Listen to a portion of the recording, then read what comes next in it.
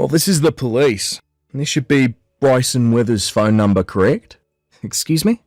Have the police in this area started using text message to talk with people now? Is there a problem with the way you're being approached by us?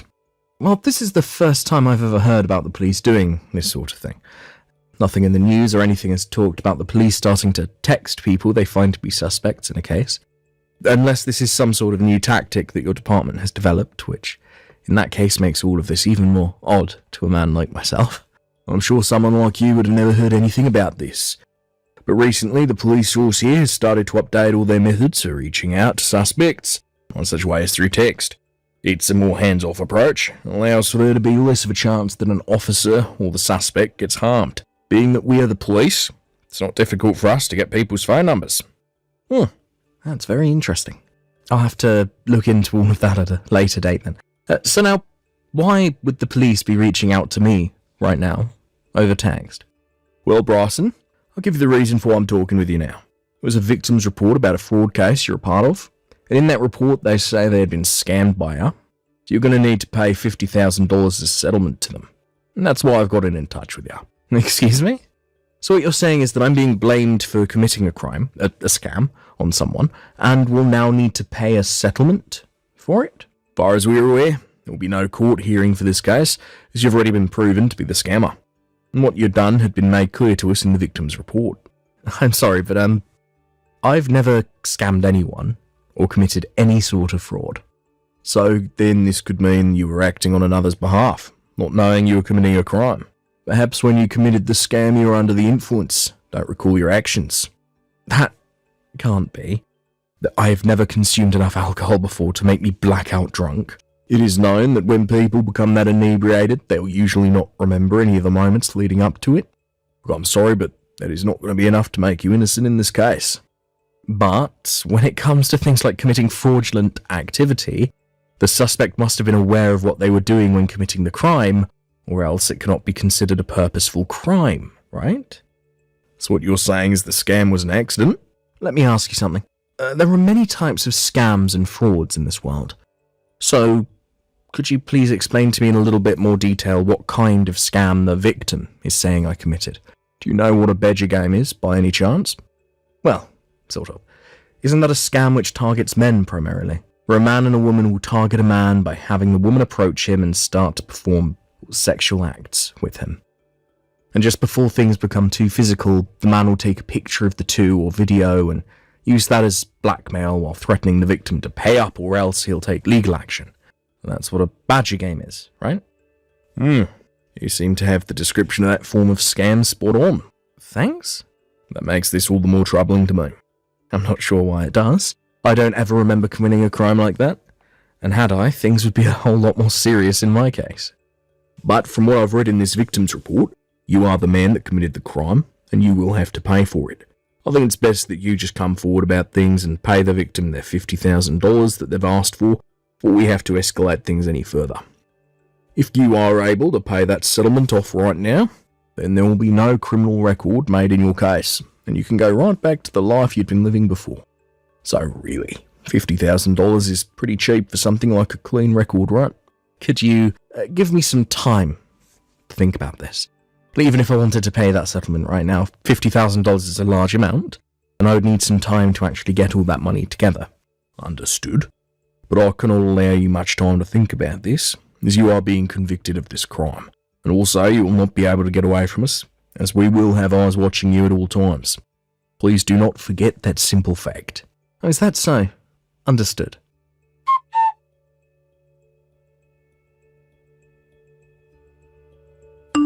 Bryson, sorry it's been so long since I've last talked with you. And I'm sorry for showing up out of the blue again. But I have something very important to talk with you about. Are you able to chat for a few seconds? I have to make this quick anyway, so please allow me a little bit of your time. Long time no see, Chloe. What's happened to you? I know that this is going to be right out of left field for you, so I'm very sorry. What? What's going on right now? I was threatened by him. What? Threatened by who? Actually, this all started to happen because of what I did. I went and cheated, stabbing my husband in the back, and that's what led to this. What? I understand that what I did was very wrong, but I didn't know what to do about it, and I still don't know. And now I've gotten myself all caught up in something far worse than the problems I originally had, and it's scary for me, so much that I can't move. I need a professional like you to help me. Chloe, could you please calm down for me first? Please take 3 deep breaths for me, please. And let your heart slow down. Okay. I'm beginning to calm down a little. Are you able to speak to me more calmly now? I should be able to. I want to talk about everything so that I can feel a little bit better. Alright then. Now this could all be wrong on my part, but did you make me the target of some kind of scam?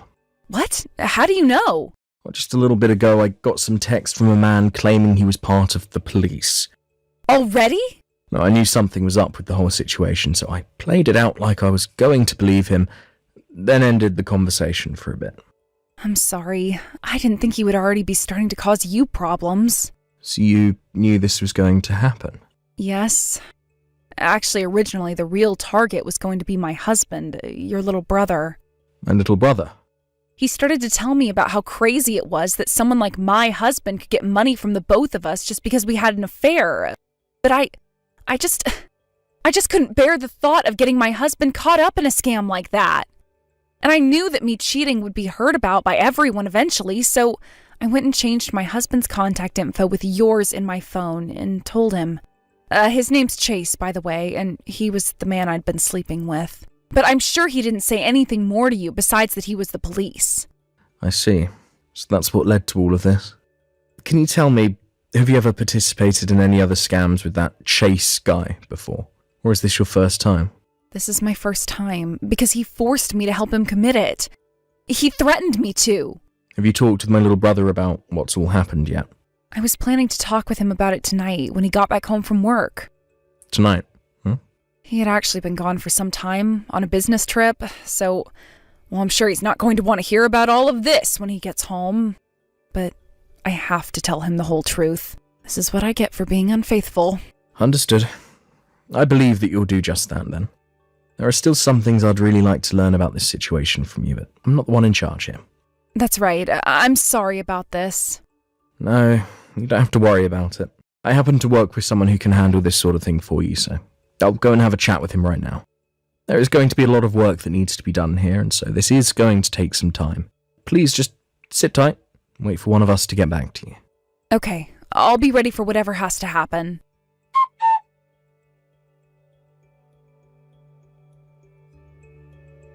Rawson, may we continue our conversation now? If you do not hurry up and get that money transferred over to the victim soon, we're going to have to come and arrest you. Do you understand, Rawson? By not replying to me right now, you're making things really difficult for your future self. The law will not go easy on you for not abiding. Anyway, like I said to you earlier, we have eyes on you, so there's no way for you to get away.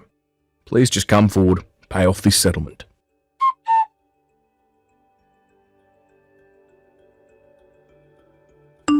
Bryson, I talked with my husband about everything. About me cheating on him and about what Chase is doing. I know. I just got off the phone with my brother a second ago. And from what I hear, you guys are planning on handing in your divorce papers later, right? That's right. Actually, we already handed them in today. And the plan is for me to pay him a settlement later on as well. But he did say he'd be kind and wait for this whole scam thing to be dealt with first before asking for that settlement. Is that right? I really messed up big time here.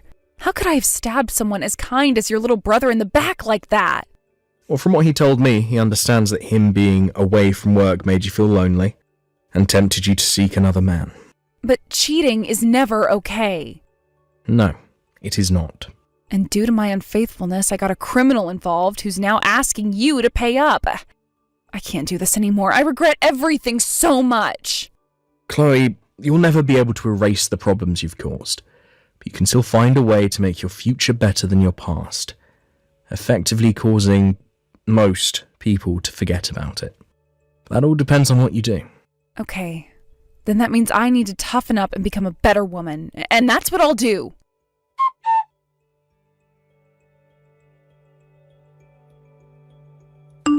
Alright, Bryson.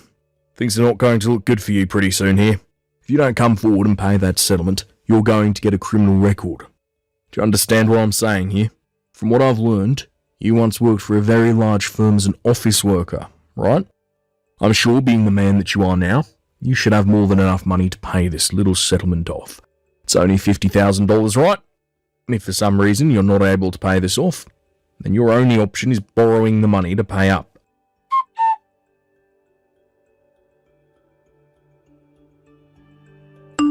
Bryson, we can no longer wait for you.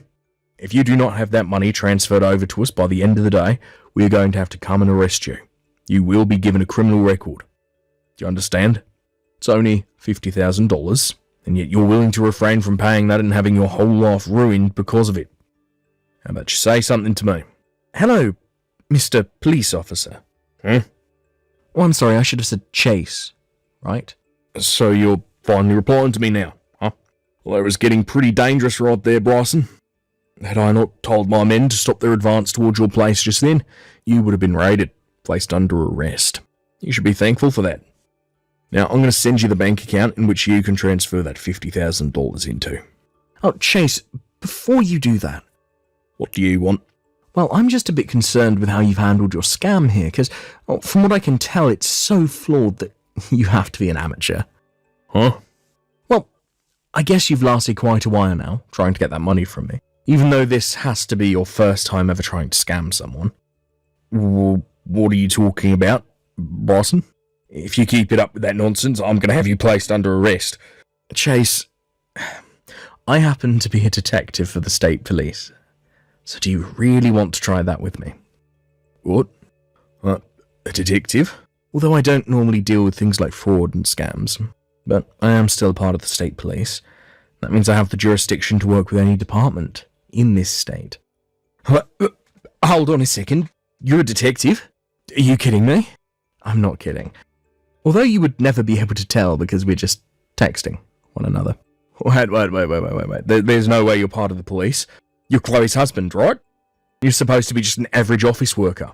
Her husband is now, but before he married Chloe, he was working for the police as well. However, once he got married, he decided to settle down and went to work an office job. Wait, what? So you're not Chloe's husband? That's right. I'm not. What the hell is going on here now? Chloe didn't want her husband to be caught up in all this scam you have going on here, and so she gave you the number of a state police detective. My number. And hoped that I would be able to deal with you for her, as she told me soon after you had first contacted me about how she needed my help. She started talking to you? She made a very smart play in changing her husband's contact information with mine, making you think that I was her husband. That's why we're here now. Did you say? That bitch. I can't let her get away with this. How about you start getting a grip on the reality of your situation first, before you start to talk about her? What? I think it's time you started worrying about yourself now, Chase. What the hell? You've come this far with your scam, so don't think you'll be able to get away from me that easily. What the hell will you be about to do to me? I made sure to tell my troopers to get after you before you caught on to your current situation. What? Hold on a sec. This is the end for you, Chase. Your new life of crime was very short-lived. God damn it!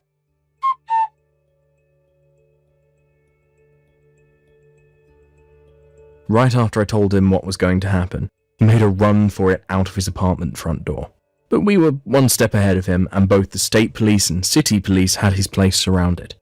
He was able to make it past two of the officers and got on his bike to make a getaway. However, the officers also brought a K9 unit with them, and that dog made a mess of Chase. He tried to wrestle the dog off of him, but this only made the dog bite harder and deeper, which really got him screaming. But because he was still moving around and making it hard for the police officers to get to him, the K9 handler called his dog away, and they tasered Chase. After the taser had been deployed, he was pretty much out of juice. But this didn't stop the dog from slipping loose and getting a few more bites in on him, completely ending Chase's reign of terror. After the dog was taken off of him and cuffs were placed on, he looked like a bloody mess and had to be taken to the hospital in order to have all the dog bites stitched up. There, he would spend a day getting all 319 stitches that he would need, and after the work was done, he was taken to the local police station. And after a very brief questioning and a quick trial at the courthouse, he was taken away by the police with plenty of charges. As of right now, though, Chase is locked away in a state penitentiary, where he will be serving 3 years. Oh, did I forget to say that it wasn't him trying to scam me that landed him there? Because the main reason was due to him pushing one of the officers over in his getaway, which was seen as assault on an officer. Had he not done that, he would have been a lot better off and might have even gotten off on parole instead. As for my little brother's ex-wife, Chloe, she was able to prove that she was forced to give my information away to Chase and therefore was not arrested for her actions. However, she still had to deal with the settlement to her ex-husband, and once she had paid that off, she returned back to her parents' house. Though she stopped by my office on her way home and thanked me for getting rid of Chase, and said that while she was with her parents, she had worked really hard on turning her behavior around for good. Thank you for watching. Please subscribe and hit the like button. See you next time.